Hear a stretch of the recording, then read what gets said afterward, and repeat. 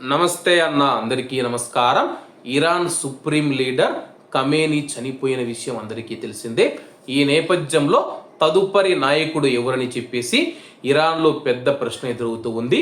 ప్రస్తుతం ఉన్న పరిస్థితులలో నాయకుడు లేకుండా అయితే ఇరాన్ అయితే యుద్ధం చేస్తూ ఉంది.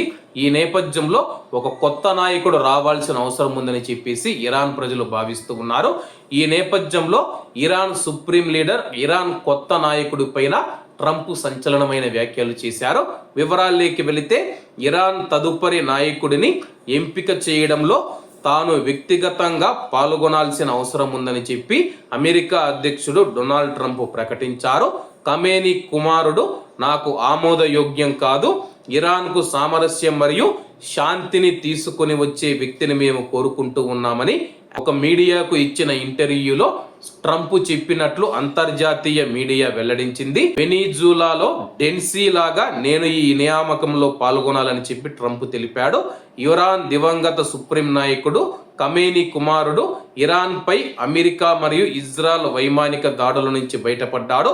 ఆ దాడులలో అతని యొక్క తండ్రి అయాతుల్లా అలీ ఖమేనీ మరణించారని చెప్పేసి ఇరాన్ వర్గాలు ప్రకటించిన విషయం అందరికీ తెలిసిందే.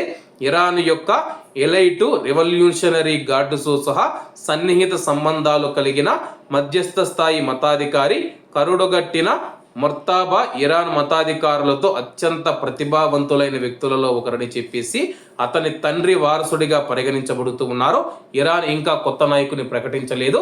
అలాగే ఖమేనీ కుమారుణ్ణి మేము సుప్రీం లీడర్గా అంగీకరించము, ఇరాన్ అధ్యక్షుడుగా అంగీకరించమని చెప్పేసి ట్రంప్ ప్రకటించారు. కొత్త నాయకుడు వస్తే అతని యొక్క ప్రమాణ స్వీకారంలో నేను పాల్గొనాలని అనుకుంటూ ఉన్నానని చెప్పేసి, అలాగే ఎవరైనా మేము చెప్పిన వారిని కాకుండా ఎవరినైనా ఎన్నుకుంటే కానీ వాళ్ళను చంపివేస్తామని చెప్పి ఇజ్రాయెల్ ఇప్పటికే ప్రకటించిన విషయం అందరికీ తెలిసిందే.